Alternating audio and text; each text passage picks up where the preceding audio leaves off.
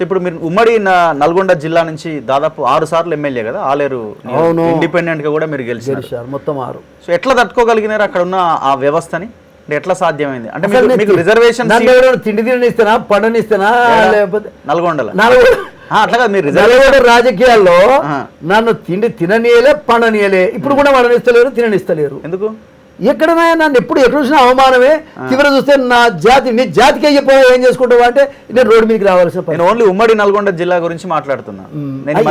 నేను ఈ మధ్యకాలంలో కొంత దాన్ని అడ్రస్ చేసే ప్రయత్నం చేస్తున్నా. అక్కడున్న ఈ వ్యవస్థని కొంత, అక్కడున్న బీసీలు, ఈ వర్గాల ప్రజలకి న్యాయం జరగాలి అని. ఎట్లా జరుగుతుంది? మీరు ఎట్లా చేయగలిగారు?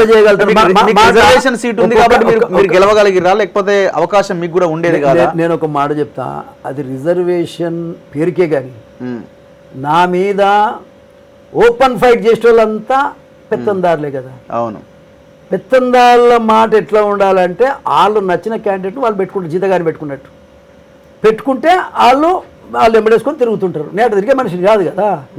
కాబట్టి నేను జనంలో బతకాలనుకున్నా కనీసం ఆ నియోజకవర్గంలో అన్నా ఒక ఆదర్శవంతమైనటువంటి నియోజకవర్గాన్ని చేయగలుగుతానా లేదా, నేను అంబేద్కర్ ఆశయాన్ని నిలబెట్టగలుగుతానా లేదా, నేను ఆనాడు ఉన్నప్పుడు ఎన్టీ రామారావు గారి ఆలోచన నిలబెట్టగలుగుతానా లేదా, నేను నా జాతుల కోసం పనిచేసినటువంటి ఎంతోమంది మహానుభావుల పేరు నిలబెట్టాలని నేను నాన్ కరప్టెడ్గా, ఓకే, ఎక్కడ కూడా లంచాలు తీసుకోకుండా, చందాలు తీసుకోకుండా ఎమ్మెల్యే కాగలిగినటువంటి అవకాశం భగవంతుడు ఇచ్చాడు, ప్రజలు ఇచ్చారు నాకు. నేను ఆ సర్వీస్ కూడా చేశాను.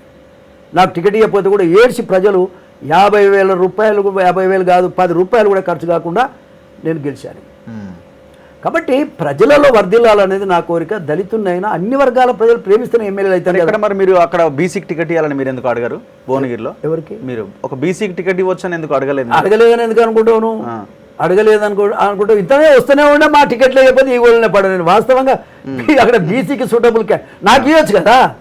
భువనగిరి టికెట్, భువనగిరి టికెట్ నాకు ఇవ్వచ్చు కదా. అట్లా మరి భువనగిరిలో నాకంటే మొగోడు ఎవడు? నాకున్న శక్తిని నిరూపించుకోకుండా నన్ను నిర్వీర్యం చేస్తున్నారు. ఇప్పుడు అక్కడ కూడా ఫ్యామిలీ పాలిటిక్సే కదా. అక్కడ కూడా మళ్ళీ అన్న, తమ్ముడు, భార్య, ఈయన, ఆయన, కొడుకు, అక్కడ ఇదే వ్యవహారం. నల్లగొండ జిల్లాలో ఇక అక్కడ ఉన్నంత ఫ్యూడలిజం ఎక్కడ లేదని నిరూపితం అవుతుంది కదా. చూడ టికెట్ నాకంటే మునగాడు ఉన్నాడా, నాకంటే నీతిమంతుడు ఉన్నాడా, నాకంటే పాపులర్ మనిషి ఉన్నాడా? నాకు టికెట్ రిజెక్ట్ చేసి నేను ఆశ్చర్యపోతాను. నేను రేవంత్ రెడ్డి గారిని అడిగితే అన్నా నేను తప్పకుండా ఆలోచిస్తానే అంటాడు. ఢిల్లీకి పోయి అడిగిన ఒకరోజు. మరి అక్కడ మీరు కోమటిరెడ్డి ఇంటికి పోతే మీకు వచ్చేదేమో, మీరు వాళ్ళని అడగాలి, రిక్వెస్ట్ చేసి ఉంటే అయిపోయేది. నేను రిక్వెస్ట్ చేసిందండి డాడీకి కూడా, వాళ్ళ దగ్గర కూడా పోయి కోమటిరెడ్డి ఇంటికి కూడా పోయా నేను. ఇక వాళ్ళు అంతే. ఏంటంటే రేపు నరసింహులు వస్తే లీడర్గా వస్తాడు, పెద్ద ఆయన, వయసులో పెద్ద ఆయన, పేరున్నోడు, మంత్రి అవుతాడు, మళ్ళీ మంత్రి అవుతాడు. ఆడ శాండ్ ఉంటే ఇదంతా చేయనియాడు. ఇవన్నీ ఆలోచన చేసి నాకు టికెట్ రాకుండా చేశారు. అందరు కలిసి చేశారు. ఈక్వేషన్ ఏమైనా మారుతుందా ఉమ్మడి నల్గొండ జిల్లాలో భవిష్యత్తులో? అయినా ఇక మారుతుందా అంటే మారుతున్నట్టుందా సార్? ఒక కాలంలో ఒక్కింట్లో 2 టికెట్ ఇచ్చిన 3 లేదా నల్గొండ జిల్లాలో కూడా అలాంటి కమ్యూనిస్టులు కూడా ఉండ్రు కదా, వాళ్ళు అడ్డం పడి మాట్లాడేవాళ్ళు. కానీ ఇప్పుడు ఎవడు మాట్లాడే పరిస్థితి లేదు. ఎవడు ఇష్టం వచ్చినట్టు వాళ్ళు పంచుకొని ఉంటున్నారు అంతే. అధికారాన్ని పంచుకోవటంలో ఇప్పుడు మీరు కనీసం నల్గొండ జిల్లా ఫస్ట్ ఉంది. అధికారాన్ని పంచుకోవడంలో నల్గొండ కుటుంబాలు ఫస్ట్ ఉన్నాయి. అవును. ఇప్పుడు మీ దగ్గరికి మీకు కనీసం అపాయింట్మెంట్ ఇవ్వలేదు, 6 గంటలు వెయిట్ చేసిన అంటున్నారు. ముఖ్యమంత్రి రేవంత్ రెడ్డి రాజగోపాల్ రెడ్డి ఇంటికి వెళ్ళి చామల కిరణ్ కుమార్ రెడ్డిని గెలిపియాలని మీటింగ్ పెట్టి రిక్వెస్ట్ చేసి వచ్చిండు. ఇప్పుడు ఒక మాట చెప్తా. నల్లగొండ జిల్లాలో నాకంటే పవర్ఫుల్ లీడర్ అయితే లేడు నాకు తెలిసినంత వరకు. జానారెడ్డి గారు, నేను వాస్తవంగా వ్యవస్థాపరంగా ఎదిగిన నాయకులం మేము.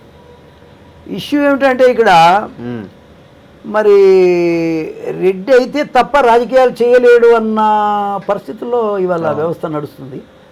అది ఒక సామాజిక వర్గానికే ఆ రెస్పెక్ట్ ఇవ్వాలనుకుంటారో ఏంపాడో మనం ఏం చేయలేం. మానవత్వానికి, మంచితనానికి అవకాశం ఇస్తే మనలాంటి వాళ్ళకి అవకాశాలు దొరుకుతాయి. లేదంటే పనిచేసే అవకాశం కూడా మరి ఇచ్చే పరిస్థితుల్లో వాళ్ళు లేరు. మనం ఏం చేస్తాం, దాని కర్మ అంతే. కానీ ఇవాళ నేనేమంటున్నా అంటే ఏ పరిస్థితుల్లో కూడా మాదిగ సామాజిక వర్గానికి 2 సీట్లు ఇవ్వండి, పార్టీ సునాయాసంగా గెలిపించుకోండి తప్ప ఈ రకంగా చేస్తే నష్టపోతుంది. కాబట్టే మళ్ళొకసారి విజ్ఞప్తి చేయటానికే నేను రేపు దీక్ష